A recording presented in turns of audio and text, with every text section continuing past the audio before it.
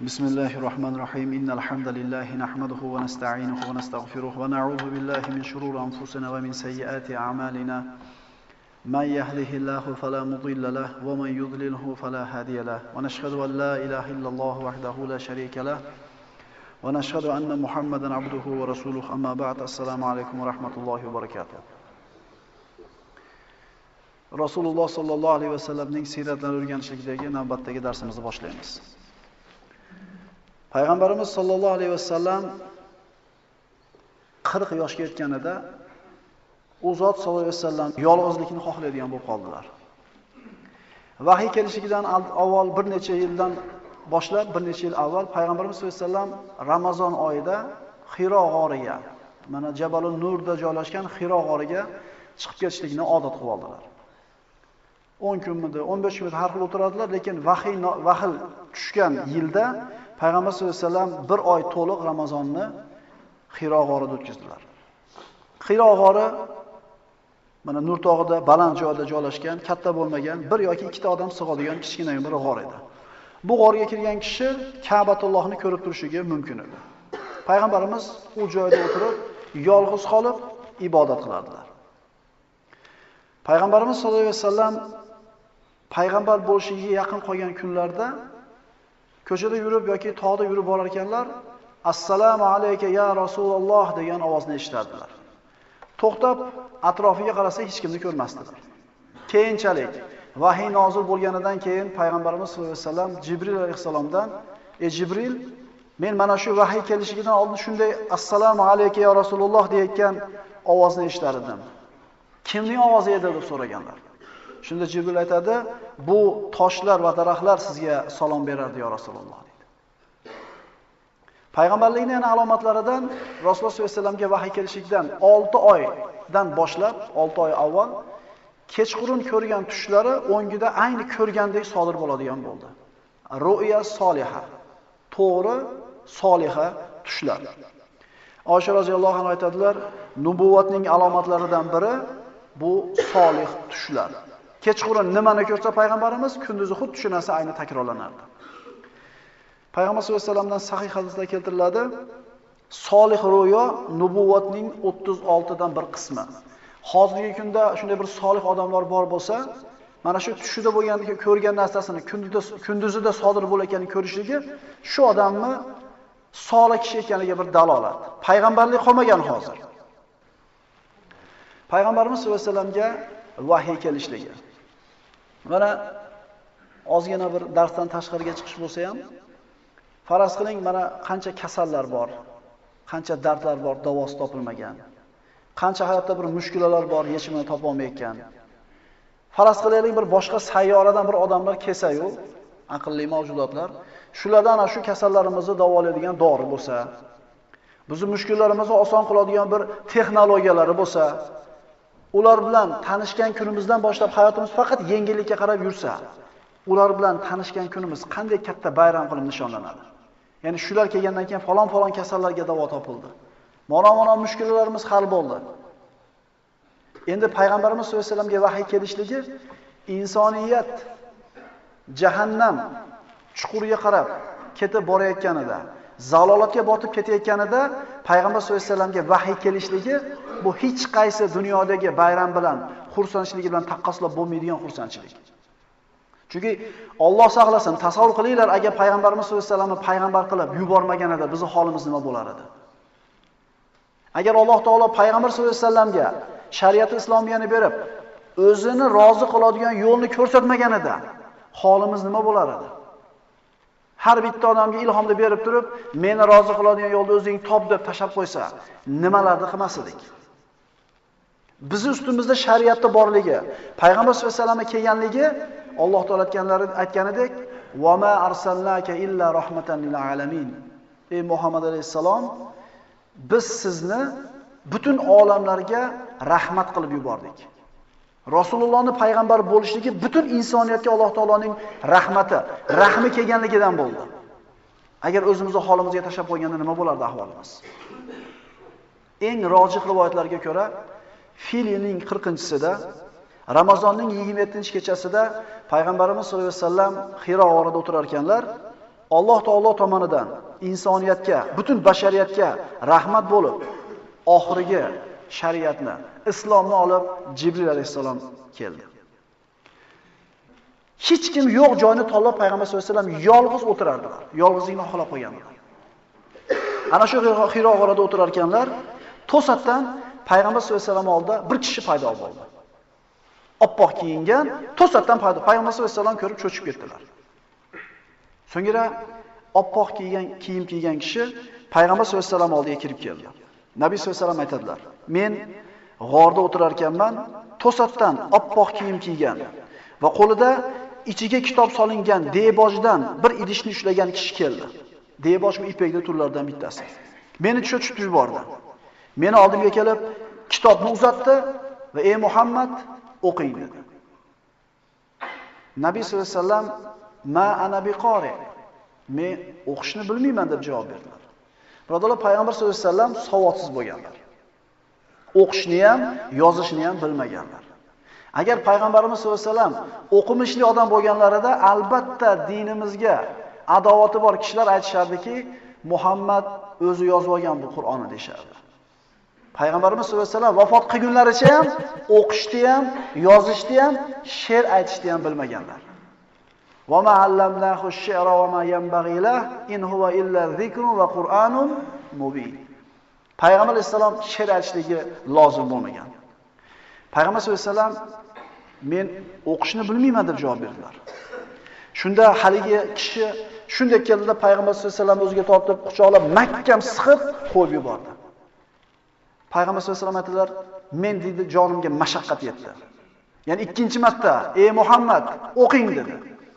Rasululloh haligi javobini qaytardilar. "Men o'qishni bilmayman." Ikkinchi marta quchoqlab, qattiq siqib qo'yib yubordi. Yana qaytardi: "Ey Muhammad, o'qing." Payg'ambar sollallohu alayhi vasallam yana javobini berdi boyaga. O'qishni bilmayman. Uchinchi marta mahkam siqib qo'yib yubordi, o'lishlikka yaqin bo'ldim. "O'qing ey Muhammad" dedi. "Ey Muhammad, o'qing" dedi. Shunda Nabiy sollallohu alayhi vasallam nimani o'qiyman dedi. Ya'ni 3 marta mana shu payg'ambar sollallohu alayhi vasallamni quchoqlab siqib qo'yib yuborishiga hikmati vallohu alam. Lekin shuni yaxshilab bilib qo'yaylikki, quni duosini yodlasak xiylanamiz. Shuning uchun qul huvallohni o'qib yuradiganlar bor ichimizda. Bitta surani yodlay desak xiylanamiz. Mana shunday bir hikmat borki, payg'ambarimizning qiylanishligida ilm o'qiydigan odamga albatta mashaqqat bo'lishiga bir ishora bor. Payg'ambar sollallohu alayhi vasallam siqib qo'yib olishligida jasadi bilan mashaqqat chekkanligi payg'ambarimiz bu narsani xayolot yoki tushida ko'rmayotganligi dalil bo'ladi. Nimani o'qiyman deb javob berdilar Nabiy sollallohu alayhi vasallam. Shunda Jibril alayhisalom birinchi bo'lib Alaq surasidagi quyidagi oyatlarni o'qib berdi. A'udhu billahi minash shaytonir rojim. Iqro bismi robbikallazi xalaq. Xalaqal insana min alaq. Iqro va robbukal akram. Allazi 'allama bil qalam. 'Allamal insana ma lam ya'lam. Ey Muhammad, barcha mavjudotni yaratgan zot bo'lmish Parvardigoringiz nomi bilan boshlab o'qing. U insonni lahta qondan yaratgan zotdir. O'qing. Sizning Parvardigoringiz insoniyatga qalamni, ya'ni yozishni, xatni o'rgatgan o'ta karamli zotdir. U zot insonga uning bilmagan narsalarni o'rgatdi. Qur'onda birinchi bo'lib nozil bo'lgan muborak oyatlar mana shu Alaq surasidagi 5 ta oyat. Juda ko'p marta takrorlaymiz. Ma'ruzalarimizda ilm deymiz. Insonni jasadiga o'xshatsangiz oyoq qo'liga qilgan amalini. Endi ilm insonning ko'zi o'rnida turadi. Ko'zi yo'q odam qayoqqa ketayotganligini, nima ish qilayotganligini ko'ra olmaydi. Ko'zi ochiq bo'lsa ekan to'g'ri yora oladi. Xuddi shunga o'xshagandek har doimgidek ilmga targ'ib qilamizki, ilmsiz amal to'g'ri bo'lmaydi. E'tibor beringlar, Qur'onda Alloh taolo qancha oyat nozil qilgan bo'lsa, qancha buyruq, qancha qaytargan bo'lsa, shularning ichida birinchi bo'lib tushirgan oyatida nima deyapti? O'qing deyapti. Hali da'vat qiling yo'q, sadaqa qiling yo'q, hali namoz o'qing yo'q, hali hech narsa yo'q bo'lgan paytda Alloh taolo nima deyapti? O'qing deydi. Ilm kerak emas degan odam juda qattiq adashadi. Alloh saqlasin, dindan chiqib ketishlik xavfi bor. Chunki ilm o'qishlik, ilm o'rganishlik har bitta erkak ayolga farz deb tursa Nabiy sollallohu alayhi vasallam, ilm kerak emas degan odam payg'ambarimiz bekor aytib degan bo'lib chiqadi. Shuning uchun hamma narsadan avval ilm turishligi kerak. Alloh taolo bu oyatlarni Ramazonda nozil qildi. Inna anzalnahu fi laylatil qadr. Albatta biz bu Qur'onni Qadr kechasida nozil qildik. Shahru Ramazon allazi unzila fihi al-Qur'an hudan lin-nasi va bayyinatin minal huda wal furqon. U sanoqli kunlar Ramazon oyidirki, bu oyda odamlar uchun hidoyat bo'lib va hidoyat va furqon haq bilan botilni ajratguvchi ochiq oyatlar bo'lgan Qur'ondir. Mana shu oyatlardan xulosa olib, Qur'onning birinchi oyatlari muborak Ramazon oyida nozil bo'lganligini bilib olamiz. Payg'ambarimiz sollallohu alayhi vasallamga mana shu Alaq surasidagi birinchi 5 ta oyatni Jibril o'qib berganidan keyin g'oyib bo'ldi. Payg'ambarimiz sollallohu alayhi vasallam nima bo'lganini bilmasdan o'rnida turib qoldilar. Payg'ambarimiz qattiq qo'rquvga tushdilar. Shu paytda Hadija onamiz roziyallohu anha xuddi bir narsani sodir bo'lganligini sezganidek, o'zini xizmatchi yigitini Payg'ambarimiz sollallohu alayhi vasallamning oldiga Hiro g'origa qarab xabar olib kelish uchun yubordi. Bu vaqtda Payg'ambarimiz sollallohu alayhi vasallam g'ordan qo'rqqan holatda, titragan holatda uyiga qarab, Makka ga qarab yugurib kelardi. Boyaga yuborilgan xizmatchi bola Payg'ambarimizni topolmasdan qaytdi. Payg'ambarimiz g'ordan qaytib kelar ekanlar, to'satdan osmondan "Ey Muhammad" degan ovozni eshitdilar. Payg'ambarimiz sollallohu alayhi vasallam boshini osmonga ko'targanlarida hayotidagi eng ajib manzarani ko'rdilar. Jabroil havoda muallaq turgan arshda o'tirganligini ko'rdi. Uni 600 ta qanoti bor edi. Alloh taolo aytadi: "Ja'ilil malaikata rusulan uli ajnihati matna thulatha va ruba'." Hamd sano o'zi bilan bandalar o'rtasida farishtalarni 2, 3, 4 qanotli elchi qilib yaratgan Alloh uchundir. Farishtalarning qanoti borligi mana shu oyatdan ma'lum bo'ladi. Jibrilni dedi Nabiy sollallohu alayhi vasallam 600 ta qanoti bor edi. 600 ta qanoti. Jibril arshda mag'ribni ham, mashriqni ham to'ldirib o'tirardi. Qaysi tomonga payg'ambar sollallohu alayhi vasallam qaramasin, Jibril ko'rinardi. Bu Jibrilning nihoyatda bir ulkan ekanligiga dalolat edi. Ya'ni yer yuzini yopib turganida Jibril alayhisalom. Mana shunday holatda turgan Jibril: "Ey Muhammad, siz Allohning rasulisiz, men Jibrilman. Ey Muhammad, siz Allohning rasulisiz, men Jibrilman" dedi. Rasululloh bu qo'rqinchli manzaradan, bu bir ajib manzaradan dahshatga tushganidan qimirlashlikka majoli yo'q, o'rnida qotib qolgan edilar. Mana shu holatni Alloh taolo Qur'onda sifatlab aytadi. "Wan-najmi idha hawa ma dalla sohibukum wa ma ghawa wa ma yantiqu 'anil hawa in huwa illa wahyun yuha 'allamahu shadidul quwa." Botib ketayotgan yulduzga qasamki, sizlarning sohibingiz, ya'ni Muhammad alayhisalom zalolatga ham ketgani yo'q, yo'ldan ham ozgani yo'q. Va u sizlarga keltirayotgan Qur'onni o'z havoyi xohishi bilan so'zlamas. U Qur'on faqat Alloh tomonidan payg'ambarga vahiy qilinayotgan bir vahiydir. Unga bu vahiyni bir kuchga to'lgan sohibi qudrat, ya'ni Jibril alayhisalom ta'lim bermişdir. Jibril alayhisalomni Alloh taolo sohibi quvvat deb aytayapti. Jabroilning quvvati shunday ediki, butun boshlik Lut qavmini, butun qishlog'ini, shaharini ana shu 600 ta qanotini bittasini uchi bilan osmonga ko'tardi. Baloyoqda yana ostin-ustin qilib to'ntarib yerga qo'yib qo'ydi. Butun boshli bir shaharni qanotini bir uchi bilan ko'tardi. Bu Jibrilning quvvatiga, qudratiga dalolat qiladigan oyatlaridir. Zu mirratin fastawa wa huwa bil ufuqil a'la thumma dana fatadalla fakana qaba qawsayni aw adna fa awha ila abdihi ma awha. Bas u avval yuksak ufqda ko'rinib tik turdi. So'ngra yaqinlashib pastlashdi. Bas Muhammad alayhisalomga 2 kamon oralig'ida yo undan-da yaqinroq bo'lib Alloh o'z bandasi Muhammad alayhisalomga tushirgan vahiyni keltirdi. Demak, payg'ambarimiz sollallohu alayhi vasallam Jibrilni ko'rishligi bu ko'ziga ko'rinib, xayoliy o'tgan narsa emas edi. Payg'ambarimiz sollallohu alayhi vasallam Jibril alayhisalomni asl suratida faqat 2 marta ko'rganlar. Inson bolasi farishtalarni asl suratida ko'rishlikka toqati yetmaydi. Ko'tara olmaydi inson bolasi.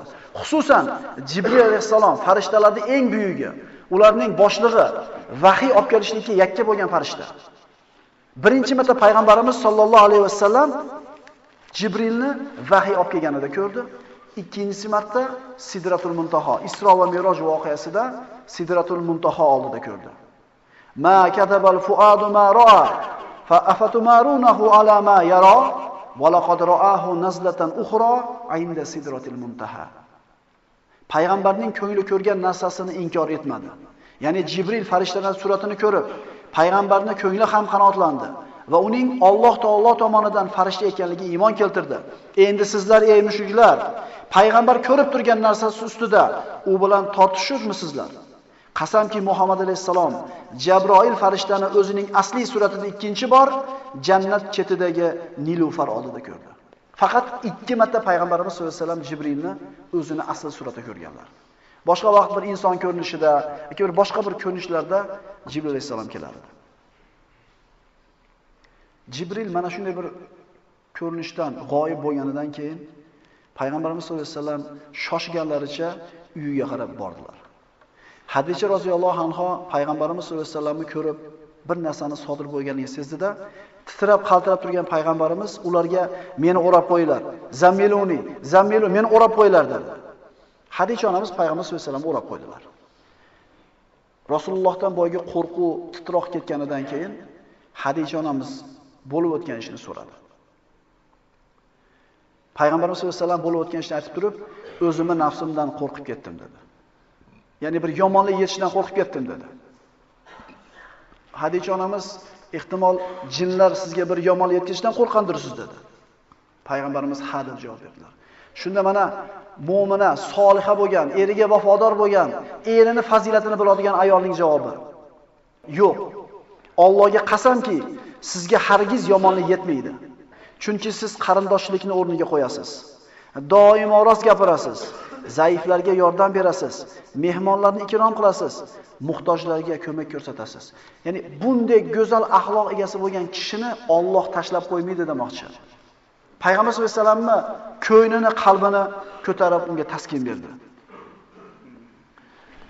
Payg'ambarimizdan boyagi qo'rquv vahimasi ketganidan keyin Hadicha onamiz Rasululloh sollallohu alayhi vasallamni o'zini amakisining o'g'lini oldiga olib bordi.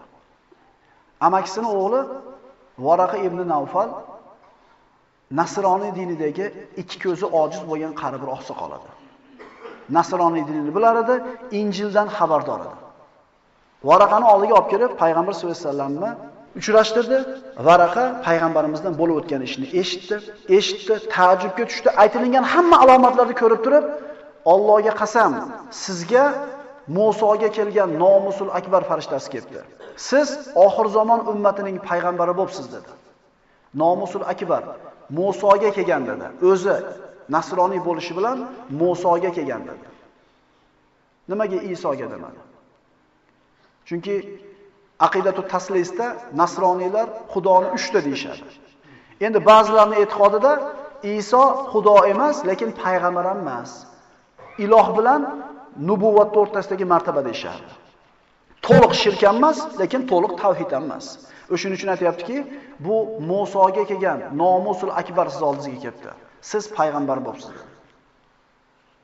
Shunda ajib bir so'zni aytdiki, Varaqa, qaniydi yosh yigit bo'lganimda qavmi sizni haydab chiqarib olganida shaharingizdan, siz yoningizda turib men yordam bergan bo'lardim. Payg'ambar sollallohu alayhi vasallam, meni chiqarib olishadimi dedi.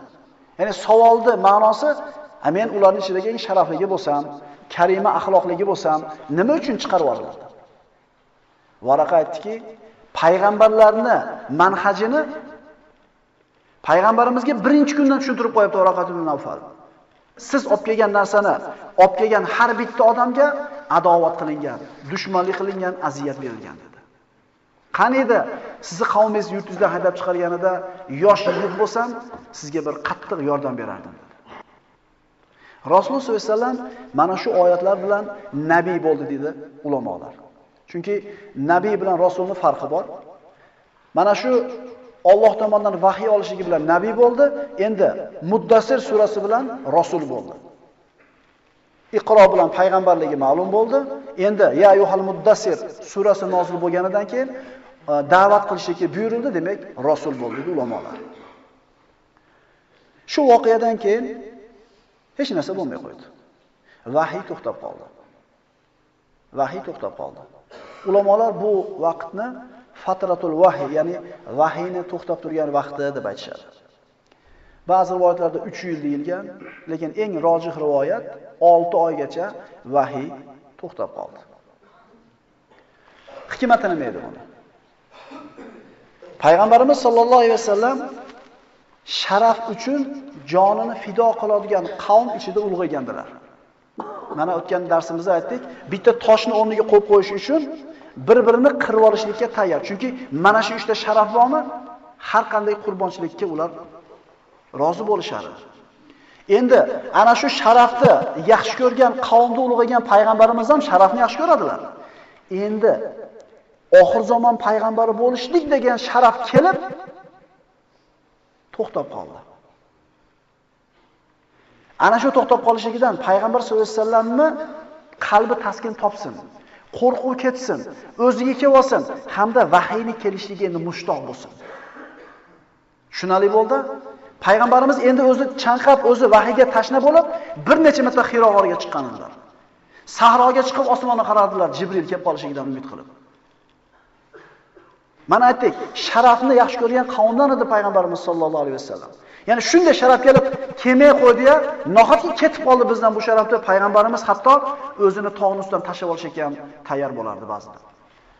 Rasululloh sollallohu alayhi vasallam u zotga oxirgi nabiy bo'lish sharafi kelib, keyin to'xtab qolishini nohata bir og'ir oldilar. Ana shu vahiydan mahrum bo'lib qoldimmikin deb, mana shu sharafdan mahrum bo'lib qolishligidan qo'rqib, o'zini tog'dan tashlab olishga ham tayyor bo'ladilar. Mana shu fatratul vahiy, vahiy to'xtab qolgan 6 oyning orasida Varaqa ibn Nawfal vafot etadi. Varaqa ibn Nawfal vafot etadi. Payg'ambar sollallohu alayhi vasallam aytadilar, men Varaqa ibn Nawfalni jannatda ko'rdim deydi. E'tibor beringlar, hali payg'ambarimiz mana shu nabiy bo'lganlaridan keyin Alaq surasidan oyatlar tushgandan keyin hali hech kimga da'vat qiling degan buyruqni olmagandilar. Hali hech kimni da'vat qilishga payg'ambarimiz ma'mur bo'lmaganlar. Faqat o'zini payg'ambar bo'lganligidan xabar topdilar. Endi Varaqa u zot sollallohu alayhi vasallamni payg'ambar bo'lishini bilgandan keyin hali iymon keltirishlikka da'vat qilinmagan bo'lsa ham, agar yosh bo'lganimda yordam berardim degan niyatni qilganligi uchun jannatga kirdi. Hali da'vat qilinmasdan turib. Mo'min odam qilgan solih niyatiga albatta ajr oladi. 6 oy o'tganidan keyin payg'ambar sollallohu alayhi vasallam kunlarning birida o'zining ko'rpalariga o'ranib yotar ekan, birin-ketin oyatlar nozil bo'la boshladi. Ya ayyuhal muddathir qum fa'anzir va robbaka fakabbir va thiyabaka fatahhir va rujza fahjur va la tamnun tastakthir va li robbika fasbir. Keyingi nozil bo'lgan oyat mana shu suradan bo'ldi.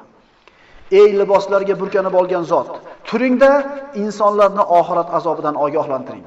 Mana endi odamlarga da'vat qilishga Alloh taolo buyurdi. Yolg'iz Parvardigoringizni ulug'lang, libosingizni pok tuting, butlardan yiroq bo'ling, berayotgan narsangizni ko'p sanagan holingizda ihson qilmang. Yolg'iz Parvardigoringiz yuzi uchun kofirlardan yetadigan azorlarga sabr qiling. Qarang, birinchi nozil bo'lgan oyat Payg'ambar sollallohu alayhi vasallamning o'zi xususida. Vahiy keldi, payg'ambar bo'ldingiz. Keyingi kelgan oyat yana o'zi xususida. Turing, Robbingizni ulug'lang, libosingizni pok tuting. Keyin fasda bima tu'mar va a'rid anil mushrikin degan oyat nozil bo'ldi. Da'vat 3 yil maxfiy bo'ldi. 3 yilgacha maxfiy bo'ldi. 3-yil o'tgandan keyin hozir aytganimiz oyat nozil bo'ldi. Da'vatni oshkor qiling, mushriklardan yuz o'giring dedi. Tartib qaraylik. Avval o'zi, keyin oilasi, keyin tashqari bo'lyapti. Biz odamlarni islomga da'vat qilayotganda o'zimizdan boshlashimiz kerak. Tuzatdikmi? Oila, qarindosh, keyin tashqari. Mana shu qilayotgan ishimizni to'g'riligini bilish uchun yana ilm o'rganish kerak. Bo'lmasam hamma payg'ambarimizning hayotidan o'ziga kerak joyda menga to'g'ri kelib olib turib, mana dedi payg'ambar sollallohu alayhi vasallam, mana qilganlar deb o'zini qilgan ishiga hujjatni olaveradi. Menga bu yerda yoqsa, u yerdan olaman, u yerda yoqsa to'liq o'rgansak, surat to'laligicha ko'zimiz oldida namoyon bo'ladi. Har bitta mo'minning erkasida xotin, bola chaqasi so'raladi qiyomat kunida. O'zingiz haqingizda javob berasiz, xotiningiz, bola chaqangiz haqida. Qo'shniga javob bermaysiz. O mahallaning narigi burchaga odam namoz o'qimaganiga javob bermaysiz. Faqat siz ularda haqqa da'vat qilgan, qilmaganingizga javob berasiz. O'zingizni, oilangizni tuzatib bo'lganingizdan keyin. Vahiy birin-ketin nozil bo'la boshladi. Ya ayyuhal muzammil qumil layla illa qalila.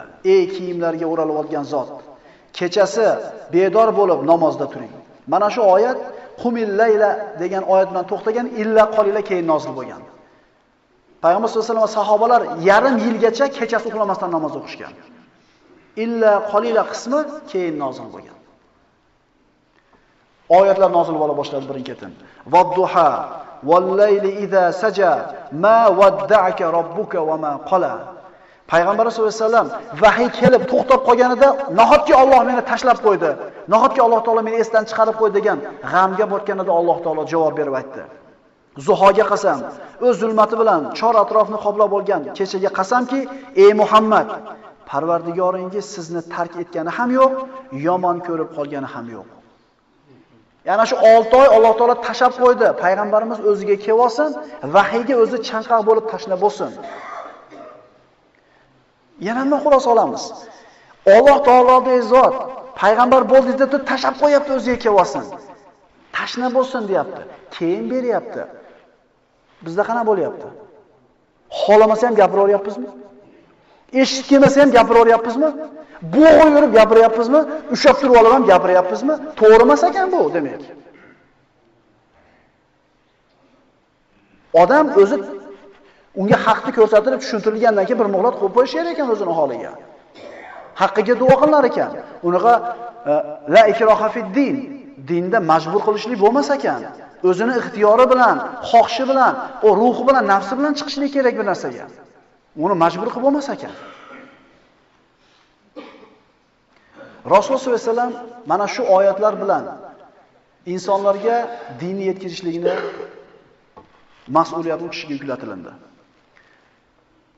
Rasululloh sollallohu alayhi vasallam payg'ambar bo'lib kelgunga qadar Makka da, Arab jazirasida muvahhidlar bormidi, yo'qmidi? Muvahhid bu Allohni bitta deydigan tavhiddagi kishilar. Ulardan bo'lgan ba'zilari, lekin ozchilik bo'lgan. Shulardan Zayd ibn Amr ibn Nufayl, Usmon ibn Xoris va Varaqa ibn Nawfal uchalasi to'planib Qurayshni butlarga sig'inayotganligidan norozi bo'lib, uchalasi ahdlashdi. Kelinglar, haq dinni istaymiz. Qavmimizni qilayotgan ishlari noto'g'ri, biz haq dinni istaymiz. Mana Usmon ibn Xoris bilan Varaqa ibn Nawfal nasroniy diniga o'tib ketishdi. Lekin Zayd ibn Amr ibn Nufayl ulardan ko'ra uzoqroq istadi. Yer yuzidagi eng bilimdon odamni so'rovdi, bir Yahudiy olimini unga ko'rsatishdi. Bordi, Yahudiylik dinini o'rgandi, so'ngra shu Yahudiylik haq dinmi dedi? Haq din dedi. Nima qilsam Yahudiy bo'laman? Hali Yahudiy olim aytdi, Yahudlarga Alloh taolo g'azab qilgan, sen ham bir Allohning g'azabiga qolsang, ina Yahudiy bo'lasan dedi. Dedi, men Allohning g'azabidan qochib yurgan bo'lsam, qanday qilib g'azabiga yo'liqaman? Boshqa yo'lni ko'rsat dedi. Boshqa yo'lni bilmayman dedi. Faqat hanif bo'lish dedi. Hanif nima dedi? Ibrohimning dini, Allohni bitta deydigan tavhid dini, muvahhid bo'lishliging, hanif bo'lishliging dedi. Qana qilib o'rganaman dedi? Eski din, yo'q bo'lib ketgan ulamolari uni hech kim bilmaydi dedi. Boshqa yo'lni bilmayman dedi. Faqat falonchiga bor, u ham bilimdon odam dedi. Ana shu falonchiga bordi, Zayd ibn Amr ibn Nufayl, u nasroniy edi. Nasroniy dinini o'rgandi undan. Shu haq dinmi? Ha, shu haq din. Nima qilishim kerak nasroniy uchun bo'lishim uchun deganida, nasroniylar bir adashgan, zalolatga botgan. Sen ham bir zalolatga botishing kerak nasroniy bo'lish uchun. U aytdi, o'zi zalolatdan qochib yurgan bo'lsan, boshqa yo'lda, boshqa yo'lni bilmayman dedi.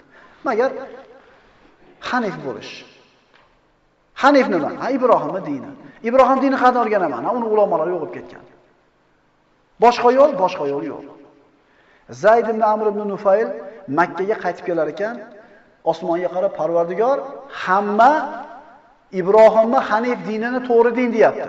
Lekin qanaqa ibodat qilishni hech kim bilmas ekan. Men seni guvoh qilib aytaman, men Hanif dinidaman. Makka ga keldi, yakka Allohga da'vat qildi odamlarni. Odam albatta uni gapini ahmoqlikka chiqardi, tentakka yo'yishdi. O'tirar edi, Ka'batullohga suyanib o'tirganligini payg'ambar sollallohu alayhi vasallam aytadilar.